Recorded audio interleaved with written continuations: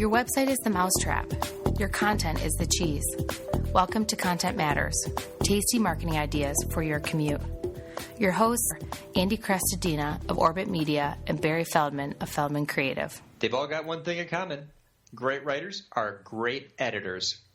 And they know how to work it out. They know how to trim it down. They know how to find the right words. They know how to format. They know how to craft this stuff. They're the crafters of content. And it makes a huge difference. It's a major skill. It's a make or break, tipping point, do or die aspect of content marketing. Copy editing matters. That was so complete. Next week or next time on Content Matters.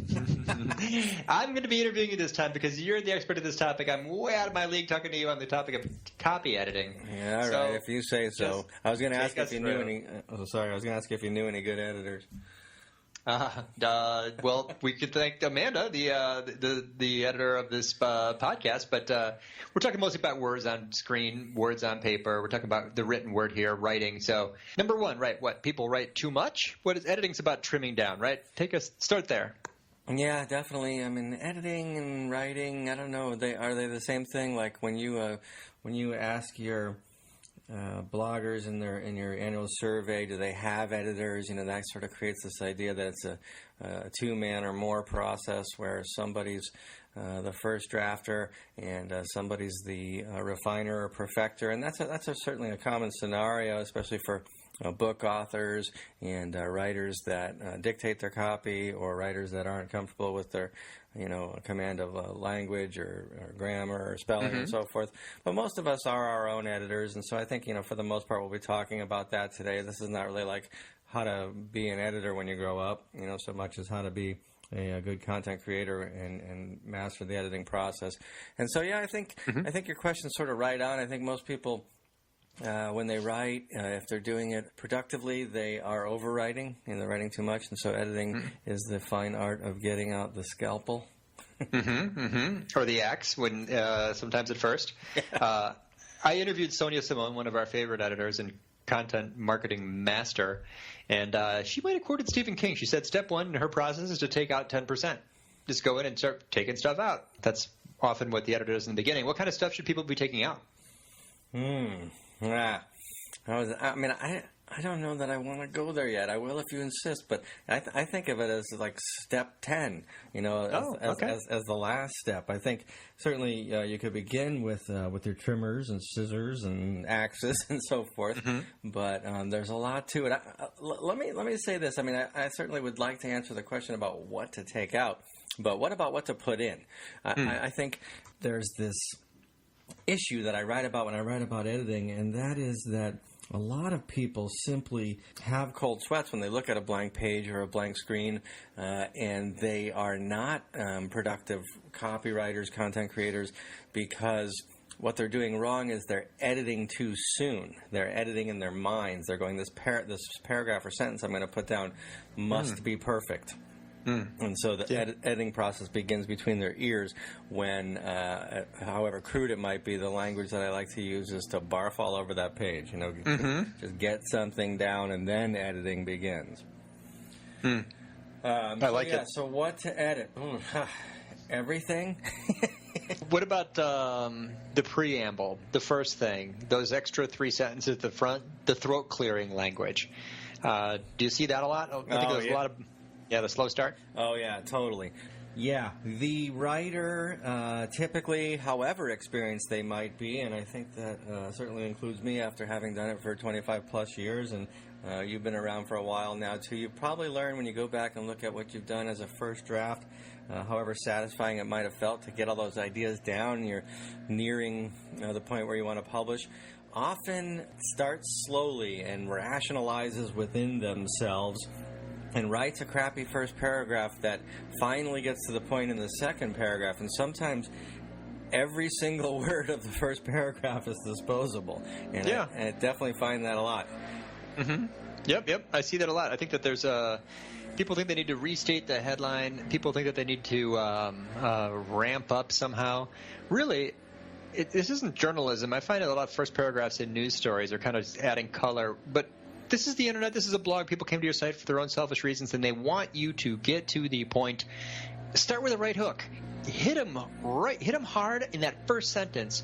Craft that first sentence with punch. Give it some impact. Ask a question. Make a statement. Shave out every extra word or letter you can, because that's got to hook them. Yeah, good stuff. And I think, the best way to do that, as ironic as it might sound, as you write your introduction, what writers will often call lead last. Mm-hmm. Right. So I think you believe in this, the long sentence, the long word, the long paragraph. As an editor, you're on defense from these, right? Yeah. So long sentences, nobody likes long sentences. I think in journalism or in fiction or even in nonfiction, on something we've paid for on a piece of paper, we'll tolerate it. We're so prone to hitting the back button and bailing on online content and the noise that comes our way via the hundreds or thousands of blogs we're invited to read every day. And so it needs some rhythm, it needs some punch, it sort of needs musicality. I've heard writers call it music before, like referring to it as rhythm. And so monotony is a bad thing. If you have sentences in sequence that are the same length, that's a problem. And generally, if you have sentences that are long and can be more than one sentence, that's a problem. You want shorter sentences, shorter line lengths, shorter ideas, shorter paragraphs, shorter everything. So, definitely want to take a hard look at what you've written in its first draft form and break up the long sentences.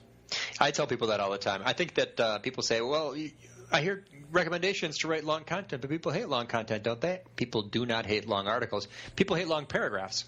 Yeah. Never write a paragraph longer than 3 lines. 4 lines max. That's my rule for online content. Never write a paragraph longer than 3 lines. Jason Fried said this. Short paragraphs get read. Long paragraphs get skimmed. Very long paragraphs get skipped.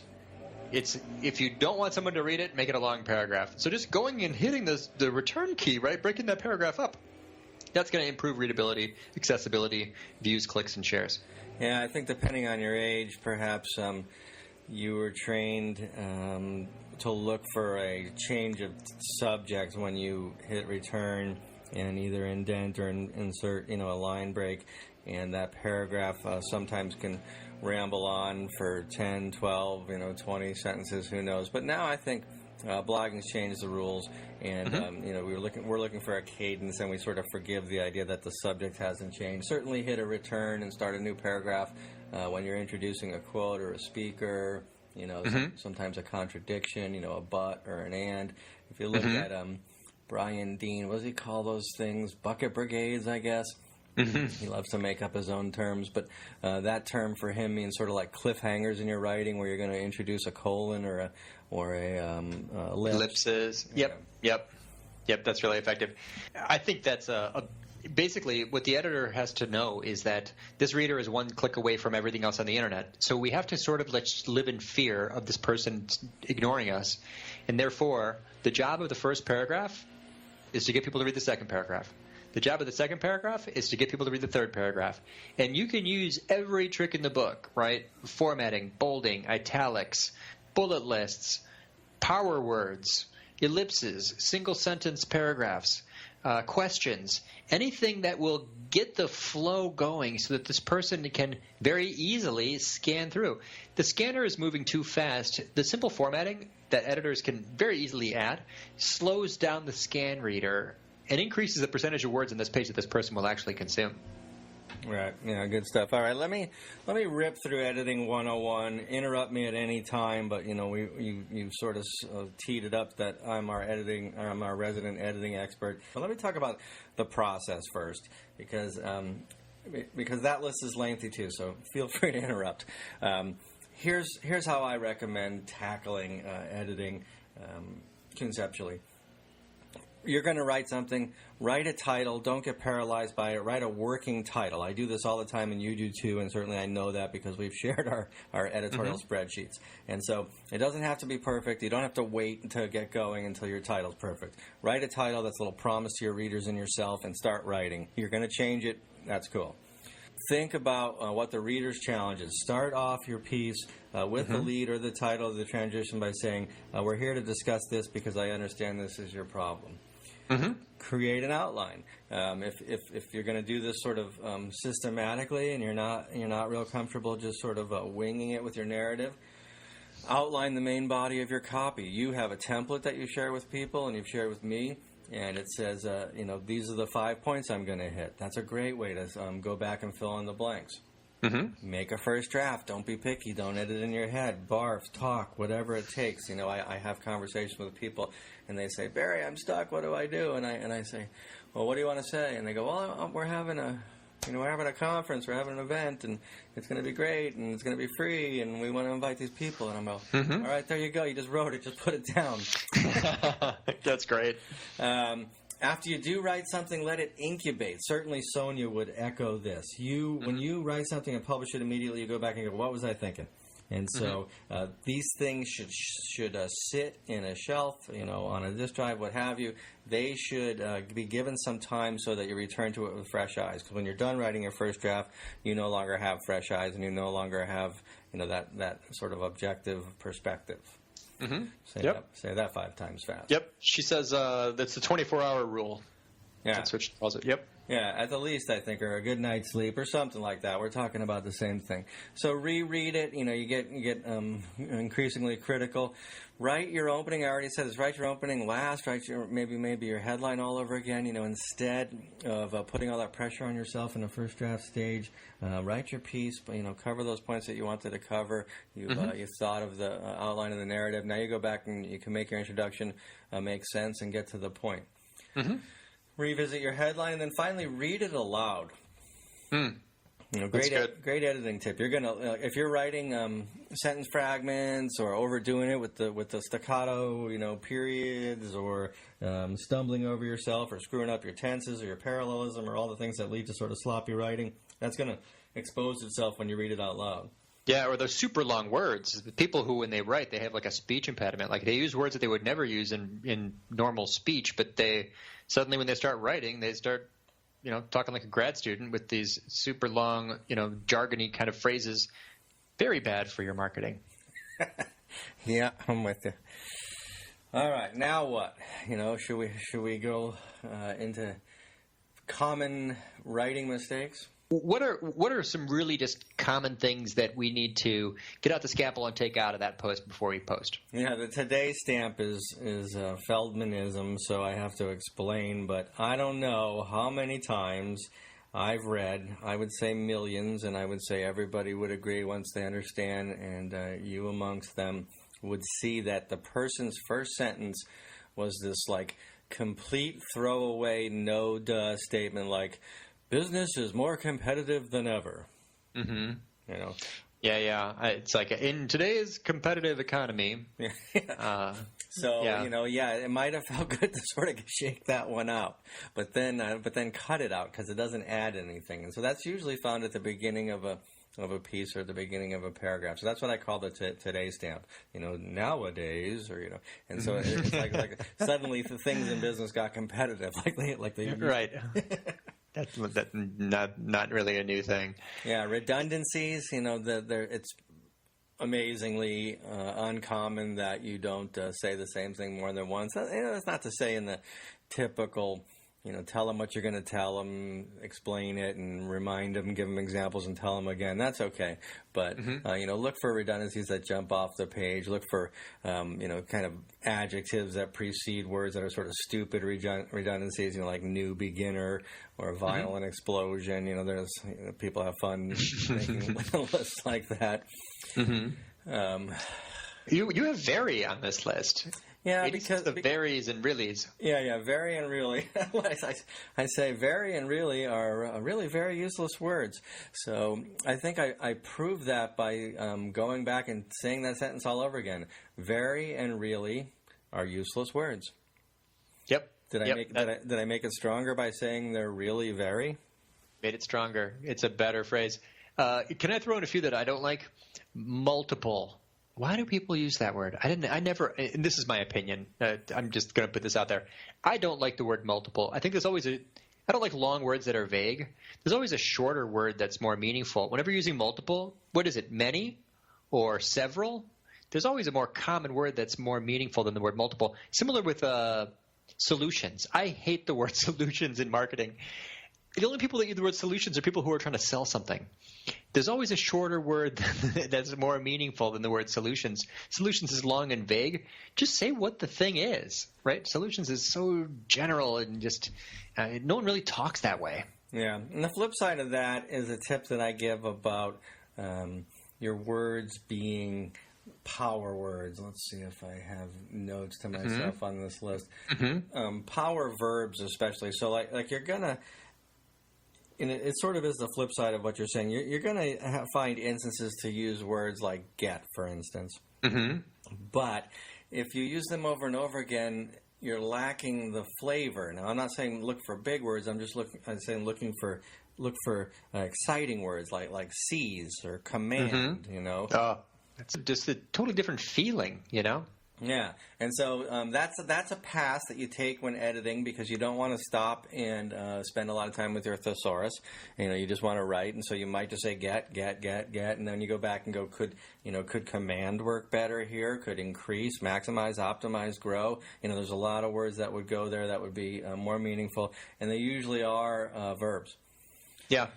Another thing is, I think in college and in high school, when we're taught creative writing, we're taught to use a lot of adjectives, and the result is often really flowery writing, which doesn't fly that well in blogging. I'm not saying your adjectives should go away, but you're usually overdoing with adjectives, so you can look for places to make your writing less flowery by focusing on verbs instead of adjectives. You know, the more often your phrases, especially your headlines and subheads, start with verbs, you know, the more exciting and active your voice is going to be.